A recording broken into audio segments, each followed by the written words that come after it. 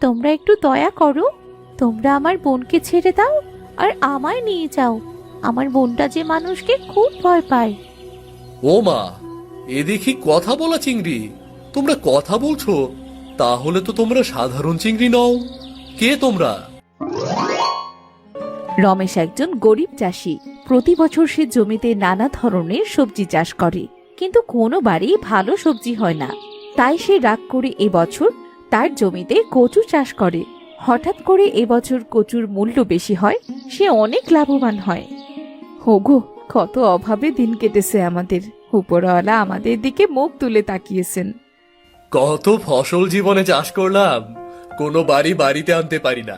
কিন্তু এবছর রাগ করে কচু চাষ করে কচুটাই ভালো হলো গো। সবই কপাল, বুঝেছো? সারা বছর যদি কচুর দাম এমন থাকে, তাহলে আমাদের সংসারটা তো ভালোভাবেই চলবে। বাবা, ও বাবা, আজ কচু বিক্রি করে কিছু চিংড়ি মাছ এনো বাজার থেকে। আমার কচু দিয়ে চিংড়ি খেতে মন চাইছে। আচ্ছা বাবা, আচ্ছা, আজ কচু বিক্রি করে বড় দেখে তোর জন্য চিংড়ি আনবো। কখনো তো ভালো কিছু তোকে খাওয়াতে পারিনি, আজ তোকে কচু আর চিংড়ি খাওয়াবো। আচ্ছা বাবা, তাহলে তোমার সাথে আজ আমি বাজারে যাই, কেমন? চিংড়ি মাছ দেখতে অনেক ভালো লাগে বাবা। না না বাবা, এই রোদে গরমে তোকে আর বাজারে যেতে হবে না। তোর বাবা না হয় তোর জন্য চিংড়ি কিনে আনবে। না না মা, তা হবে না। আমি নিজে বেছে বেছে বড় চিংড়ি টানবো, বুঝলে? পাগল ছেলে। ঠিক আছে, চল তাহলে। রমেশ কচুর ছুরি মাথায় নিয়ে তার ছেলে নয়নকে নিয়ে বাজারের দিকে গেল। হঠাৎ রমেশ দা, ও রমেশ দা। হ্যাঁ, বল। আজকের বাজারের খবর কিছু জানো নাকি? কি হয়েছে? রমেশ দা, অনেক বড় সমস্যা হয়ে গেছে গো। বাজারে কচুর দাম আজ একেবারেই সস্তা। আমার 2 বিঘা জমিতে কচু চাষ করা। রমেশ দা, এবার আমার কি হবে?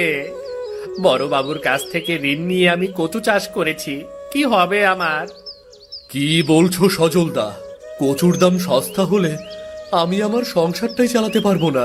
কি হবে এবার ওপরওয়ালাই জানে। রমেশ সেদিন অল্প কিছু কচু বিক্রি করতে পারল। বাবা, আজ যা কচু বিক্রি করলাম সে টাকা দিয়ে তো চিংড়ি মাছ হবে না রে বাবা। কি করব এবার? আমার চিংড়ি মাছের দরকার নেই বাবা। যেদিন তোমার কাছে টাকা আসবে সেদিন তুমি চিংড়ি মাছ একটু বেশি করে কিনো, কেমন?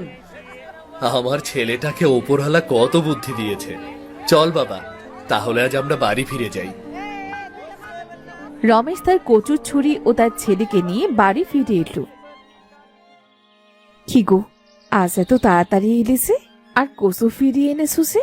কচু বিক্রি হয়নি বুঝি? না গো গিন্নি, না। আমার এই পোড়া কপালে মনে হয় কিছুই হবে না গো। বাজারে কচুর দাম একেবারেই সস্তা। সাগরদা তো প্রতিদিন কচু নিয়ে বাজারে বিক্রি করত, তার কাছে তো কচুগুলো দিয়ে আসতে পারতে। না গো গিন্নি, তার কাছে গিয়েছিলাম, সেও নিবে না। সাগরদা বলল সস্তা জিনিস নাকি হাটে কেউ নিতে চায় না। তাহলে এখন কি হবে? আচ্ছা, নয়নের জন্য চিংড়ি মাছ এনেছো? না গো, যেখানে সারাদিন কচু বিক্রি করতে পারলাম না সেখানে চিংড়ি মাছ কিনবো কিভাবে বলো? এমন পোড়া কপাল আমার, আমি আমার ছেলেটাকেও ঠিক মতো পছন্দের জিনিস খাওয়াতে পারি না। এইভাবে বেশ কিছুদিন কেটে গেল। হঠাৎ করে কচুর দাম কমে যাওয়ায় একটা সময় রমেশের কচু বাজারে বিক্রি বন্ধ হয়ে গেল। ওগো, বাড়িতে কোনো তরকারি নেই। প্রতিদিন কচু ভর্তা, কচু ঝোল, এই কচু আর কত খাবো বলো তো? ছেলেটা তো মুখে ভাত তোলাই বন্ধ করে দিয়েছে। না মা, তুমি বাবাকে এভাবে বলো না। আমার কোনো কষ্ট হচ্ছে না। আমি তো কচু খেতে ভালোবাসি, তুমি জানো না? বাবারে, তুই আমাকে মাফ কর। তোকে ছোট থেকে ভালো কিছুই খাওয়াতে পারলাম না রে বাবা। তোমার যতটুকু আছে তুমি তার থেকে আমাকে বেশি দেবার চেষ্টা করো বাবা। তুমি আমাকে যতটুকু দাও আমি তাতেই খুশি। তুমি আমার সেরা বাবা। আমাকে যে কত ভালোবাসো তুমি, এটা কম কিসের বলো? পাগল ছেলেটা আমার বড় হয়ে যাচ্ছে দিন দিন। ওগো, শুনছো? ভাবছি কালকের থেকে সকল কচু উঠিয়ে অন্য ফসল চাষ করব। হ্যাঁ, এটাই ভালো হবে গো। কিন্তু জমির একপাশে নিজেদের খাবারের জন্য কিছু কচু রেখে দিও। আচ্ছা আচ্ছা, ঠিক আছে।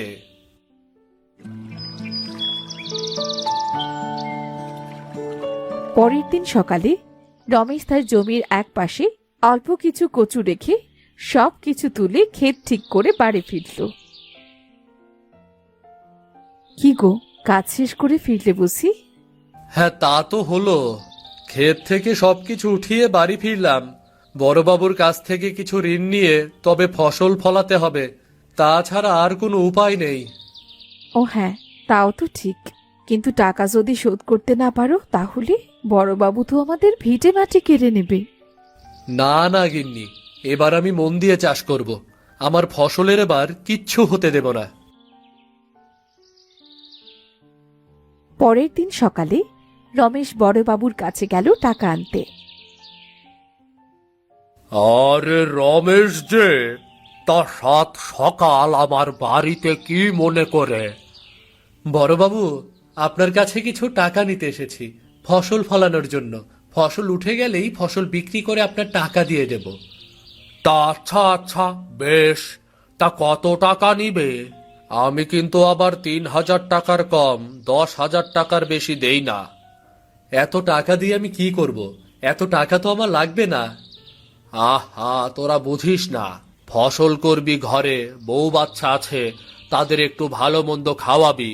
তবে মনে রাখিস, ঠিক সময় টাকা দিতে না পারলে ভিটা মাটি কিন্তু আমি হাতিয়ে নেব রে। আচ্ছা আচ্ছা, বেশ, তাই হবে। আপনি এবার টাকাটা দিন আমাকে। নে টাকাটা, ভালো করে গুনে নে। রমেশ বড়বাবুর কাছ থেকে বিদায় নিয়ে বাড়ি ফিরে এলো। নাও, টাকাগুলো ভালোভাবে রেখে দাও। কাল জমিতে সার দিয়ে ধানের বীজগুলো রোপণ করে দেব। এত টাকা এনেছো কেন? এত টাকা তো লাগবে না। বড়বাবু বলেছে কম টাকা সে দেবে না, তাই নিয়ে এলাম। যতটুকু কাজে লাগবে ততটুকু, আর বাদ বাকি রেখে দেবে, কেমন? সেদিন রাতে প্রচুর জোরে ঝড় শুরু হলো। চারিদিকে মাঠে ঘাটে ঝড়ের পানিতে ভরে গেল। পরের দিন বুঝলে বউ, পানিটা হয়ে বেশ ভালোই হলো। মাঠে সার দিতে সুবিধা হবে। এখন একবার মাঠে গিয়ে দেখো না ক্ষেতের কি অবস্থা। হ্যাঁ হ্যাঁ, আমিও ভাবছি যাব। তা আমি গেলাম।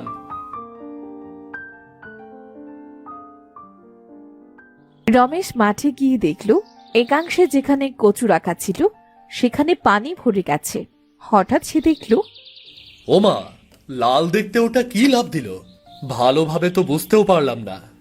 বোন, আমরা তো নদীর জল থেকে ভেসে এলাম এখানে। ওই দেখ, মানুষটা আমাদের দিকে কিভাবে করছে। যদি ধরা পড়ে যাই? আরে না, কিচ্ছু হবে না। লোকটাকে দেখে বেশ সহজ সরলই মনে হচ্ছে। কিন্তু বলতো বোন, এবার আমি এখান থেকে কি করে নদীতে ফিরে যাব? যাওয়ার তো কোনো রাস্তাই নেই। না জানি এখান থেকে আমাদের মৃত্যু হয়ে যায় নাকি। না, কিছুই তো দেখা যাচ্ছে না। হবে হয়তো অন্য কিছু। রমেশ দা, ও রমেশ দা। আরে কি হয়েছে বল। কচু ক্ষেত উঠিয়ে অন্য ফসল ফলাবে নাকি? হ্যাঁ সাগর, হঠাৎ করে কচুর দাম তো কমে গেল। কচু তো বিক্রি হচ্ছিল না, তাই ভাবলাম কচু রেখে আর কি করব, এগুলো উঠিয়ে অন্য ফসল চাষ করব। অনেক ভালো করেছ। তাই এইটুকু কচু কি করতে রেখেছ? নিজেদের খাবার জন্য গো। মাঝে মাঝে কচু খেতে তো মন্দ লাগে না। রমেশ দু একদিন পর থেকে জমিতে সার দিয়ে ধানের বীজ রোপণ করলো। কিছুদিনের ভেতর ধানের গাছগুলো বেশ বড় হয়ে গেল। একদিন রমেশ তার জমি থেকে ঘাস তুলছিল, তখন তার ছেলে নয়ন তার জন্য খাবার নিয়ে এলো। বাবা, ও বাবা, এই নাও বাবা, তোমার জন্য খাবার নিয়ে এসেছি। কষ্ট করে আবার মাঠে কিসের জন্য আসলি বাবা? একটু পরে তো আমিই বাড়ি যেতাম। আরে না বাবা, মা বলল তোর বাবাকে ভাত দিয়ে কিছু কচু নিয়ে যাওয়ার জন্য, আর সে দুপুরে রান্না করবে সেটা, তার জন্যই আসলাম। ও আচ্ছা, তা তুই এখানে দাঁড়া, আমি কচু কেটে দিচ্ছি। রমেশ কচু ক্ষেতের মধ্যে নামতেই দুটো চিংড়ি একসাথে লাফ দিয়ে অন্যদিকে চলে যায়। ও মা, কত বড় চিংড়ি মাছ! বাবা, আমাদের কচু খেতে বেশ চিংড়ি এসেছে।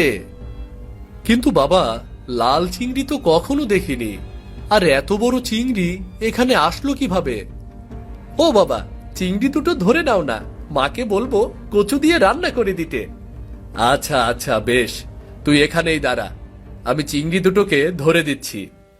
রমেশ পানির মধ্যে ঘুরে ঘুরে কেবল একটাই মাত্র বিশাল বড় চিংড়ি ধরতে পারে।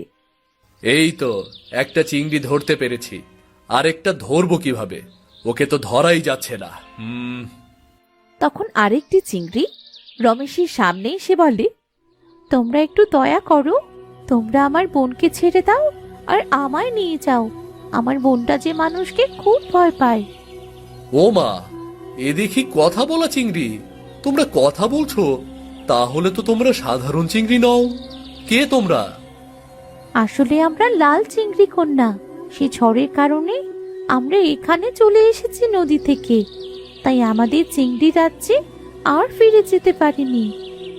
আহারে, আমি জানি তোমাদের অনেক কষ্ট হচ্ছে, চলো তোমাদেরকে নদীতে ছেড়ে দিয়ে আসি। না, আমরা এখানে কিছুদিন থাকতে চাই। এখানে আমরা কত স্বাধীনভাবে ঘুরে বেড়াতে পারছি, কিন্তু নদীতে ফিরে বাবা মা আমাদের আরেকটু ঘুরতে দেবে না। বাবা, ও বাবা, তাহলে মাছ দুটোকে ওদের যখন ইচ্ছে হবে তখন না হয় নদীতে ফিরিয়ে দিয়ে এসো। তোমরা কত ভালো মানুষ, উপরওয়ালা তোমাদের মঙ্গল করুক। এভাবে আরো কিছুদিন চলে গেল। রমেশের ফসল এবারও নষ্ট হলো। হায় হায় রে, আমার ফসল যে এবারও নষ্ট হয়ে গেল। এখন আমি বড়বাবুর টাকা কিভাবে দেব? আমার যে আর কোনো পথ খোলা নেই। ভিটে মাটি ছেড়ে এবার আমাকে নিরুদ্দেশ হতে হবে। বোন, আমার মনে হয় লোকটা কোনো বিপদে পড়েছে, তাই এমন হাত পা ছিঁড়ে কাঁদছে। চল বোন, আমরা তাকে জিজ্ঞেস করি যে তার কি সমস্যা। হ্যাঁ, চল চল। ভাই, ও ভাই, তুমি কি আমাদের কথা শুনতে পাচ্ছ? আমরা লাল চিংড়ি গো, একটু এই থেকে এসো। লাল চিংড়ি? আরে, আমি তো এই দুটো চিংড়ির কথা ভুলেই গিয়েছিলাম। ওদের কি সাহায্যের প্রয়োজন নাকি? সাহায্যের কথা তো পরে ভাবা যাবে, আগে বলো তুমি এভাবে কাঁদছিলে কেন? আসলে আমি এই জমিতে কখনোই ফসল রোপণ করিনি। আমার সব ফসল নষ্ট হয়ে যায়। এবার বড়বাবুর কাছ থেকে জমি চাষ করার জন্য কিছু টাকা নিয়েছি, কিন্তু দুর্ভাগ্য, আমার ফসল নষ্ট হয়ে গিয়েছে। তাই কষ্ট লাগছে। কিভাবে যে জমিদার বড়বাবুর সব ঋণ পরিশোধ করব সেটাই ভেবে পাচ্ছি না। ও আচ্ছা, এই কথা। তুমি কাঁদছিলে এই জন্যে? শোনো, এই মাটিটা তোমার জমির চারদিকে ছড়িয়ে দাও, দেখবে তোমার জমির অভাব হবে না। ধন্যবাদ লাল চিংড়ি, তোমাদের অনেক অনেক ধন্যবাদ। এই যে ভালো চাষি, পানি দিন দিন শুকিয়ে গেছে প্রায়। এখানে থাকতে আমাদের অনেক কষ্ট হচ্ছে। তুমি এখন আমাদের নদীতে ছেড়ে দিয়ে এসো। আচ্ছা, চলো তাহলে, তোমাদের মুক্ত করে দিয়ে আসি। রমেশ ওই বিশাল চিংড়ি দুটোকে নদীতে ছেড়ে দিল। এই নাও, এটা তোমার সততার পুরস্কার। এই মোহর দিয়ে তুমি তোমার ঋণ পরিশোধ করবে এবং তোমার প্রয়োজনে সকল জিনিসের অভাব পূরণ করবে। তোমাদের অনেক অনেক অনেক ধন্যবাদ। তোমরাও ভালো থেকো, কেমন? আমাদের ভুলো না কিন্তু। এরপর রমেশ সব টাকা পরিশোধ করে দিল। তার জমিতে এখন অনেক ভালোভাবে ফসল ফলে। রমেশ তার বউ আর ছেলেকে নিয়ে অনেক সুখে শান্তিতে বসবাস করে।